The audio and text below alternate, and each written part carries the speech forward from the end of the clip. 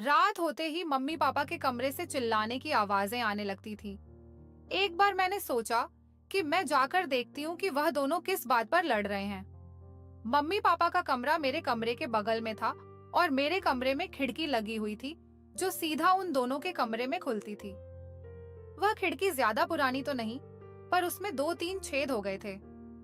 मैं उन्हीं छेदों से अंदर की तरफ झांकने लगी तो देखा कि पापा मम्मी से कुछ करने के लिए कह रहे हैं, पर मम्मी मना कर रही थी। अचानक पापा ने मम्मी को कुछ ऐसा दिखाया जिससे वो मना नहीं कर पाई और पापा का साथ देने लगी। उन दोनों को ऐसे देख मेरे भी खुजली शुरू हुई और हाथों का सहारा लेते हुए मैंने अपनी खुजली शांत की, पर ऐसा करते हुए पापा ने मुझे देख लिया था।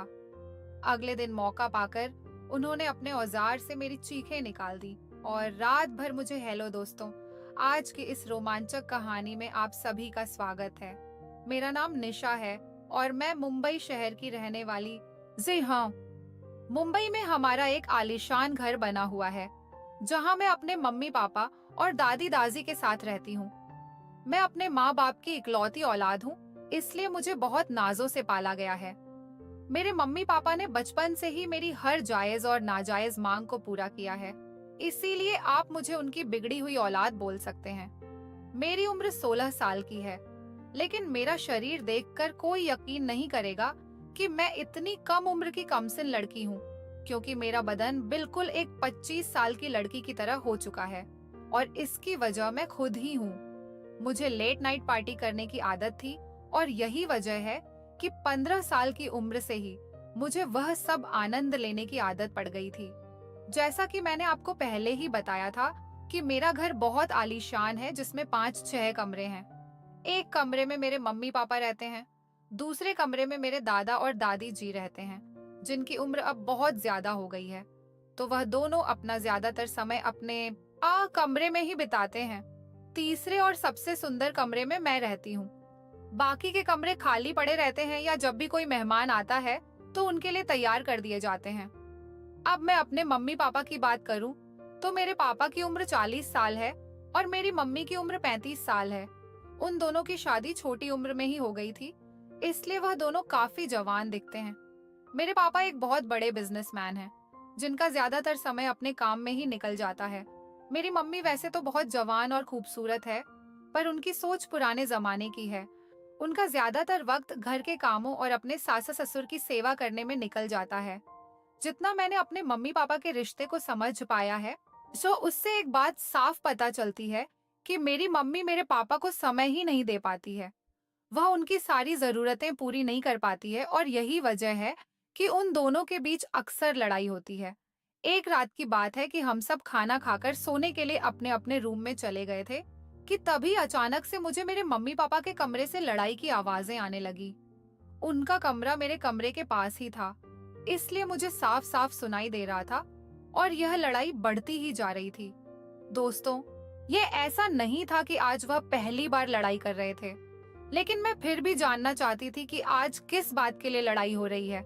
पहले तो मैंने सोचा कि मैं सीधा मम्मी पापा से जाकर पूछूं, लेकिन फिर बाद में मुझे लगा कि वह दोनों मेरे सामने शर्मिंदा हो जाएंगे, इसीलिए मैंने पूछना उचित नहीं समझा। लेकिन फिर भी मेरे मन में वजह जानने की इच्छा तेज होती गई और जब मुझसे नहीं रहा गया तो मैंने उठकर देखने की कोशिश की। मेरे रूम में एक खिड़की थी जो मम्मी पापा के कमरे में ही खुलती थी। वो खिड़की ज्यादा पुरानी तो नहीं थी, लेकिन फिर भी उसमें 2-3 जगह छेद हो गए थे। अब मैं उसी छेद से उनके कमरे में देखने की कोशिश कर रही थी। पहले तो मुझे कुछ नजर नहीं आया, फिर मैंने अपने कमरे की लाइट बंद कर दी और दोबारा से अपनी आंखें खिड़की के छेद पर टिका दी।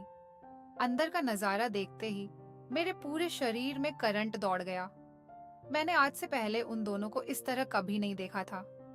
मेरे पापा मेरी मम्मी को जो कुछ करने के लिए कह रहे थे, लेकिन मम्मी उन्हें बार बार मना कर रही थी। अब मेरी नजर तो बस वहीं टिक गई थी और मैं चाहकर भी वहां से अपनी नजर नहीं हटा पा रही थी। अब वह दोनों कुछ बातें कर रहे थे, लेकिन मेरा ध्यान तो कहीं और ही था। मेरा दिल जोर जोर से धड़क रहा था।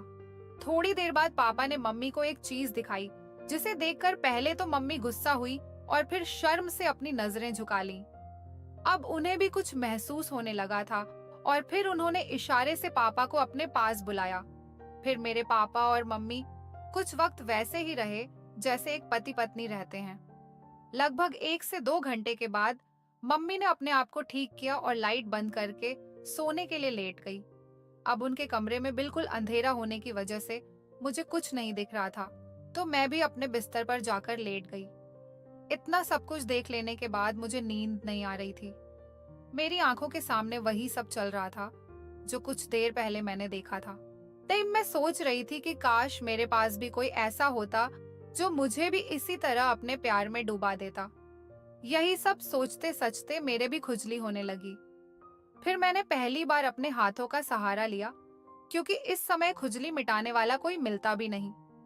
पर उस वक्त मुझे ऐसा लगा जैसे कोई मुझे खुजली करते वक्त देख रहा था। मैंने उस बात पर ज्यादा ध्यान नहीं दिया और अपने पुराने किस्सों के बारे में सोचते सचते मैंने आधा घंटे खुजली की और जब थक के चूर हो गई तो बिना पेंट पहने सो गई। अगली सुबह मम्मी ने आवाज लगाई, निशा बेटा उठो, सुबह के 7 बज चुके हैं, आज कॉलेज नहीं जाना है क्या? उनकी आवाज सुनकर अचानक से मेरी आंख खुली और मैं सीधा उठकर वॉशरूम चली गई। तो फिर से मेरी आंखों के सामने वही नजारा आने लगा। वह सब सोचते ही खुजली शुरू हो जाती। इस बार मैंने हैंड शावर की मदद से खुजली शांत की और फिर मुझे अच्छा महसूस हुआ। खैर, जैसे तैसे करके मैं कॉलेज जाने के लिए तैयार हुई और ड्रेस पहनकर बाहर आई तो डाइनिंग टेबल पर मेरा पापा से सामना हुआ। मैं रोज सुबह पापा को गुड मॉर्निंग विश करती थी, तो उस दिन भी मैंने पापा को उसी तरह विश किया और उनकी बगल वाली कुर्सी पर बैठकर नाश्ता करने लगी। थोड़ी देर में मेरे कॉलेज की बस आने वाली थी, इसलिए मैंने जल्दी से नाश्ता किया और बाहर आकर खड़ी हो गई। पर आज मेरा पापा को छोड़ के जाने का मन नहीं कर रहा था। कुछ सोच के मैं घर के अंदर आई और बहाना बनाया कि मेरे कॉलेज की बस निकल चुकी है। जब भी मेरी बस छूट जाती थी तो पापा ही मुझे स्कूल छोड़ने जाया करते थे। मेरी बात सुनकर मम्मी बोली, निशा अपने पापा से कह दो वो तुम्हें स्कूल छोड़ आएंगे। मैं खुशी खुशी पापा के कमरे में गई और उनसे सारी बात बताई तो वह मुझे कॉलेज छोड़ने के लिए राजी हो गए। मैंने कहा, पापा जल्दी तैयार हो जाओ, मैं लेट हो रही हूँ। तो पापा बोले, तुम स्कूटी निकालो, तब तक मैं शर्ट पहन के आता हूँ। मैंने जल्दी से स्कूटी निकाली और बाहर खड़ी होकर पापा का इंतजार करने लगी। पापा अक्सर मुझे कार से कॉलेज छोड़ने जाते थे, लेकिन उस दिन मेरे कहने पर वह मुझे स्कूटी से लेकर जा रहे। दोस्तों, यहाँ तक तो मेरा प्लान सफल रहा था, लेकिन आगे के प्लान में थोड़ा खतरा था, पर मुझे यकीन था कि किसी तरह वह भी सफल हो जाएगा। मैं उनके पीछे बैठ गई और फिर हम कॉलेज की तरफ चल दिए। मेरा कॉलेज घर से लगभग 10 किलोमीटर दूर था। घर से कॉलेज के बीच का रास्ता लंबा था और सुबह का वक्त था, तो रोड पूरी तरह सुनसान थी। जब हम घर से 5 किलोमीटर दूर निकल आए तो मैंने पापा से कहा, पापा अब स्कूटी में चलाऊंगी, रोड भी सुनसान है तो एक्सीडेंट का खतरा भी नहीं है। तो पापा ने परेशान होकर कहा, हाँ ठीक है, लेकिन हैंडल मैं ही पकड़ूंगा। अब मुझे मेरा प्लान कामयाब होता दिख रहा था। मैंने उनकी बात पर सहमति जता दी। पापा ने गाड़ी साइड में रोककर मुझे अपने आगे बैठाया और मेरी बगल में से अपने दोनों हाथ डालकर हैंडल पकड़ा और धीरे धीरे स्कूटी चलाने लगे। लेकिन अब मेरा ध्यान स्कूटी चलाने पर नहीं था, क्योंकि मेरा इरादा तो कुछ और ही था। इसी तरह मस्ती करते करते मैं कॉलेज पहुंच गई और कॉलेज में पहुंचते ही मैंने फिर से पापा को विश किया। मेरी इन सब हरकतों को देखकर पापा अब थोड़ा सा परेशान हो गए थे, क्योंकि इससे पहले मैंने आज तक ऐसी कोई हरकत नहीं की थी। मुझे कॉलेज छोड़कर पापा वापस घर की तरफ चले गए। कॉलेज में आने के बाद भी मेरे दिमाग में वही सब घूम रहा था। अब मेरा दिल कर रहा था कि मैं पापा के साथ गाड़ी पर ही बैठी रहूं। अब पता नहीं मुझे क्या हो गया था। ऐसा कौन सा तूफान मेरे अंदर उठ रहा था कि मैं अपने पापा के ही साथ ऐसा सब कुछ करने के लिए सोचने लगी थी। खैर, अब आगे बढ़ते हैं। फिर मैं अपने मन की इच्छा और मेरे मन में चल रहे तूफान को लेकर घर पहुंची। उस वक्त लगभग 2 बजे बज रहे थे और घर में दादा दादी के अलावा कोई नहीं था। मम्मी कहीं गई हुई थी और पापा अपने ऑफिस में थे। कॉलेज से आने के बाद मैं वॉशरूम चली गई और फ्रेश होकर बाहर निकली। मैं बहुत थक चुकी थी, इसलिए चुपचाप बेड पर लेट गई और कब मेरी आंख लग गई मुझे पता ही नहीं चला। जब मेरी आंख खुली तो शाम के 5 बजे बज रहे थे। फिर मैंने नहा धोकर कपड़े पहने और मैंने कपड़े भी उस दिन कुछ अलग दिखने वाले पहने थे। अब पापा के आने का टाइम हो गया था, लेकिन मम्मी का कोई पता नहीं था कि वे कब आएंगी। शाम के 7 बजे किसी ने डोरबेल बजाई तो मैं भाग के गई और दरवाजा खोला। मुझे पता था ये पापा के आने का समय है। दरवाजा खोलते ही पापा मेरी तरफ देख मुस्कुराए और बोले, बेटा आज तो बहुत स्मार्ट लग रही हो। यह सुनकर मुझे बहुत खुशी हुई, क्योंकि अब मेरा प्लान अपनी कामयाबी के रास्ते पर जा रहा था। घर के अंदर आने के बाद पापा फ्रेश होने के लिए अपने कमरे में चले गए। ऑफिस से आने के बाद पापा तुरंत ही चाय पीते हैं, इसलिए मैं चाय बनाने के लिए किचन में चली गई। थोड़ी देर बाद पापा भी फ्रेश होकर किचन में आ गए और वहीं खड़े होकर इधर उधर की बात करने लगे। मैंने पीछे मुड़कर पापा की तरफ देखा तो उनकी नजर कहीं और ही थी। अब मुझे ऐसा लग रहा था कि मेरे मन की इच्छा पूरी हो जाएगी और बस मैं ऐसे ही खड़ी रही। चाय बन चुकी थी, इसलिए मैंने पापा को चाय दी और बाथरूम में जाकर खुद को शांत करने लगी। मैं जैसे ही बाथरूम से बाहर निकली, मैंने देखा कि मम्मी आ चुकी है। उनको इस वक्त घर में देखकर मुझे बहुत गुस्सा आया, क्योंकि मेरी इच्छा पूरी ही होने वाली थी। पर अब उनके आने के बाद ऐसा कुछ नहीं हो पाएगा। मुझे पापा से अपने मन की इच्छा जाहिर करनी थी, जो मैं मम्मी के सामने बिल्कुल नहीं कर पाऊंगी। पापा भी मम्मी के आने के बाद थोड़ा दुखी हो गए थे, क्योंकि ना तो वही कुछ करते थी और ना ही उन्हें कुछ करने देती थी। मम्मी ने खाना बनाया और हम सब ने साथ बैठकर खाना खाया। खाना खाने के बाद पापा मुझसे बोले, निशा चलो थोड़ा बाहर घूम कर आते हैं। पापा मुझे ले घर के बाहर आ गए। फिर बाहर आकर उनका मूड चेंज हुआ और मुझसे बोले, चलो बेटा आज कोई पिक्चर देख कर आते हैं। कई दिनों से हम बाप बेटी को अकेले में समय नहीं मिल पाया है। तब मुझे पापा पर इतना प्यार आया कि पापा मेरे साथ अकेला रहने की कितनी कोशिश कर रहे हैं। खैर, तो फिर हम स्कूटी पर सवार होकर एक सिनेमा हॉल में पहुंच गए और रास्ते में ही मम्मी को फोन कर दिया कि हम दोनों पिक्चर देखने जा रहे हैं। सिनेमा हॉल में कोई पुरानी मूवी लगी होने की वजह से ज्यादा भीड़ नहीं थी। पूरे हॉल में लगभग 50 से 60 लोग ही मौजूद थे। अब मुझे पापा की समझदारी देख बहुत खुशी हुई। वह चाहते तो कोई नई मूवी देखने भी जा सकते थे, पर वहां बहुत भीड़ होती और हम दोनों को अच्छा वक्त नहीं मिल पाता। पापा ने सबसे महंगे टिकट लिए और फिर हम लोग बालकनी में जाकर बैठ गए। उस समय सब मेरे हिसाब से ही हो रहा था। बालकनी में हमारे अलावा एक पति पत्नी का जोड़ा बैठा हुआ था और वह भी आगे की सीटों पर बैठा हुआ था। अब तो हम दोनों को और भी ज्यादा आराम हो गई। थोड़ी देर बाद पिक्चर शुरू हुई, पर सच कहूं तो मेरा ध्यान मूवी पर था ही नहीं। मेरा पूरा ध्यान पापा की तरफ था और वह भी तिरछी निगाहों से मेरी तरफ देख रहे थे। अब बस इतनी देर थी कि शुरुआत कौन करे। मैं तो पापा का साथ कि पाने के लिए वैसे ही मरी जा रही थी और फिर उसी वक्त मुझे ऐसा लगा जैसे मेरे पैर पर किसी जानवर ने काट लिया हो। मैं तुरंत ही उठ खड़ी हुई। पापा ने घबराते हुए पूछा, बेटा क्या हुआ? तो मैंने उन्हें बताया कि मुझे ऐसा लगा जैसे मेरे पैर पर किसी कीड़े ने काट लिया है। पापा बोले, अच्छा कोई बात नहीं, अगर अब की बार कोई कीड़ा काटे तो तुम मेरी सीट पर आ जाना, मैं तुम्हारी वाली सीट पर चला जाऊंगा।